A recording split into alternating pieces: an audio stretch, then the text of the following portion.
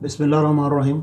नाजरीन, करोड़ पका लोधरा के कांजू ख़ानदान की बर्बरियत के हवाले से जो मैंने इशू हाईलाइट किया था उस पर ख़ासी डेवलपमेंट है, तो मैंने कहा आपसे शेयर कर लूँ। एक तो गवर्नर पंजाब मियाँ बलीगुर रहमान साहब जो हैं वो इसमें आ गए हैं सुलह के लिए, और कांजू ख़ानदान की भी एक मीटिंग हुई है और गवर्नर बलीगुर रहमान ने दो टोक अल्फाज में कहा है कि किसी भी सूरत में अपनी सियासत को बचाएं और अपनी साख को बचाएं और कोई ना कोई सुलह का रास्ता निकालें। और कांजू ख़ानदान की जो मीटिंग हुई है और कांजू ख़ानदान का जो कांजू ग्रुप है, अब्दुर्रहमान ग्रुप की जो मीटिंग हुई है, उसमें उन्होंने कहा है कि या आप अपने भाई अमीन ख़ान कांजू को बचा लें या फिर सियासत बचा लें, दोनों में से एक चीज़ की कुर्बानी होगी तो एक चीज़ बचेगी। फिर मियाँ बलीगुर रहमान जो गवर्नर पंजाब हैं, उनके कहने पे वहाँ के एक बड़ी बहुत ही मुअज़्ज़ज़ और बड़ी अच्छी कारोबारी शख्सियत है डॉक्टर राना तारक। इन्होंने इलेक्शन भी लड़ा था मुस्लिम लीग के प्लेटफार्म से और ये लोधरा की बहुत बड़ी कारोबारी शख्सियत थी। अल्लाह उन्हें करीक रहमत करे। राना असलम साहब उनके छोटे भाई हैं। तो उनके डेरे पे फिर एक पंचायत भी हुई उनके ऑफिस में, उनके वहाँ बहावलपुर में, जिसमें डॉक्टर साहिबान इनके वालिद साहब भी गए और उधर से जो अब्दुर्रहमान कांजू साहब की तरफ से मियाँ नवाज़ अली पीरज़ादा और मियाँ राजू सुल्तान, ये दोनों गए और वहाँ यही बात हुई कि कोई ना कोई सुलह का रास्ता निकालें, हम आपको अकोमोडेट करते हैं। उन्होंने कहा जी सुलह कैसे हो सकती है कि वो जो बर्बरियत जो डॉक्टर अब्दुर्रहमान और डॉक्टर फजल रहमान के वालिद नसीर अराई के साथ हुई और डॉक्टर फजल रहमान के साथ हुई, जिस तरह 30-35 लोगों ने तशद्दुद का निशाना बनाया, तो क्या इसी किस्म का तशद्दुद वो बर्दाश्त कर सकेंगे अमीन ख़ान कांजू? तो नाज़रीन, अमीन ख़ान कांजू के बारे में बताया गया, जो मैंने मालूमात ली, जब सदीक़ ख़ान कांजू साहब का इंतकाल हुआ तो वो 40 मरबा ज़मीन के मालिक थे, जो उनकी औलाद में 3 हिस्सों में तकसीम हुई। 13 मरबा ज़मीन जो थी वो अब्दुर्रहमान कांजू के हिस्से में आई, 13.25 मरबे उनके जो सौतेले भाई हैं, तो वैसे बाप की तरफ से जो सगे होते हैं सौतेले तो नहीं होते, वालदा दोनों के मुख्तलिफ है, अमीन ख़ान, तो अमीन ख़ान के हिस्से में आई। तो अमीन ख़ान ने अपनी सारी ज़मीन बेच ली, अपनी जो शाहाना ज़िंदगी और 2-2 3-3 उन्होंने वो फिर भी नौकरी रखी हुई थी, उनके डेरे, उनके खाने लाहौर में, उनके महफ़िलें, बैठने उठना, उस पर सब कुछ खर्च होता गया। और मौजूदा सूरत हाल ये है कि अपनी आबाई ज़मीन में से वो सिर्फ 4 एकड़ के मालिक हैं, और जब सब कुछ ख़त्म हो गया तो वो बेच के लाहौर वाला घर किराए पे जो था वो छोड़ के, हर चीज़ छोड़ के, मुलाजमीन को सबको छुट्टी करवा के, तो वो वापस करोड़ों पका आ गए। और यहाँ आके उन्होंने अब, और सारी बात है, वो कहते हैं ना कि छुटती रही है काफर मुंह को लगी हुई, तो वो जो उनको आदत एक लेविश लाइफ की पड़ी हुई है वो तो नहीं ख़त्म होती। लिहाजा उन्होंने यहाँ जो ज़मीनें बेची थी उन पर कब्ज़े करने का सिलसिला शुरू कर दिया। और जुल्म वैसे भी इन लोगों के खून में शामिल होता है, इनकी तरबियत में शामिल होता है, जुल्म से बगैर ये रह नहीं सकते। इनमें अब्दुर्रहमान बहुत बेहतर है, बहुत बेहतर है।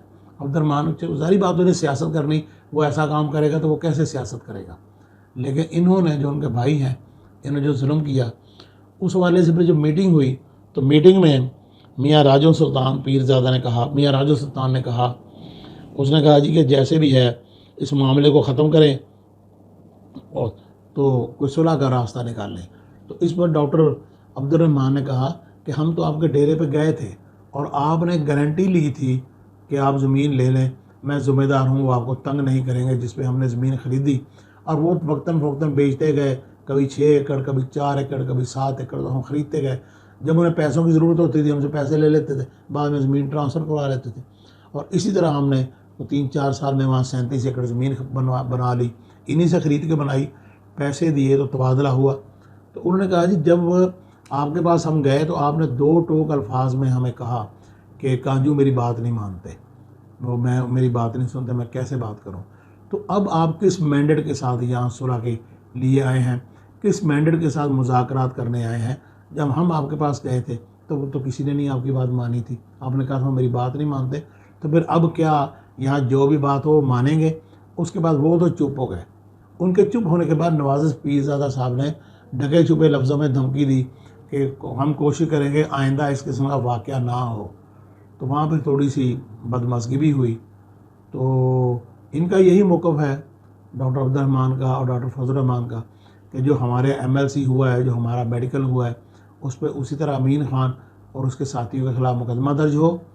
और अमीन बराबरी तो फिर तभी होती है कि बराबरी में फिर उसी तरह अमीन ख़ान के साथ भी वही सलूक हो, उनको भी घसीटा जाए और उनको भी उसी तरह उनके जिस्म पे निशान पड़े जैसे हमारे भाई के पड़े हैं। तो फिर वो सुलह का मामला फिर हाल इल्तवा में चला गया। ये सूरत हाल है। लेकिन पुलिस प्रेशर आया, पूरी पाकिस्तान से प्रेशर आया। और जो पहला मेरी वीडियो थी, जो पहले मेरा प्रोग्राम था इस पे, जो मैंने फेसबुक पे लिखा और जो मैंने अपने अखबार रोज़नामा कौम में जो खबरें छापी, वो फिर बड़ी तेज़ी से वायरल हुई। पूरे मुल्क में मेरे असातिज़ा कराम ने, ना सिर्फ पाकिस्तान बल्कि पाकिस्तान से बाहर से भी फ़ोन करके मुझसे तफसीलात ली।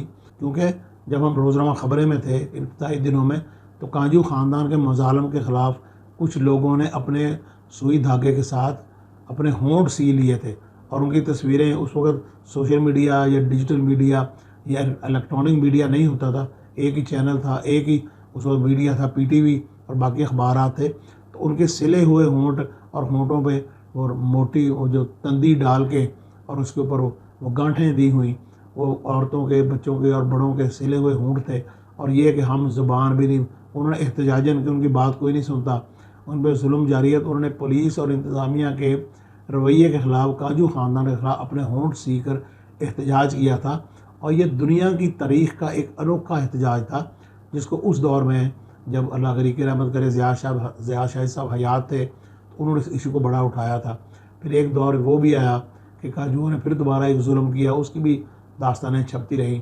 फिर अभी जो अमीन ख़ान ने किया, ये भी अल्हम्दुलिल्लाह रोज़नामा कौम ने इसको हाईलाइट किया और अल्हम्दुलिल्लाह सोशल मीडिया पे हमने इसको उठाया। मेरे असातिज़ा कराम ने इस पे प्रोग्राम किया, बहुत से लोगों ने इस पे बहुत कुछ लिखा। और आज अल्हम्दुलिल्लाह वो यही है ना कि मैं अकेला ही चला था जानबे मंजिल, मगर वही बात है कि अब लोग आते गए और काफ़िला बनता गया, लोग मिलते गए और अब बड़ी मजबूत और तवाना आवाज़ बनी है जिसने कांजू ख़ानदान को बैकफुट पे धकेल दिया है। और अब पुलिस भी बैकफुट पे चली गई है। ज़ाहिर बात है, पब्लिक प्रेशर है। अब वो सुलह के लिए कोशिश कर रहे हैं और उनके पास कोई रास्ता नहीं, उनके पास एक ही रास्ता है कि सियासत बचाएं या भाई को बचा लें। इजाज़त दीजिए, खुदा हाफ़िज़।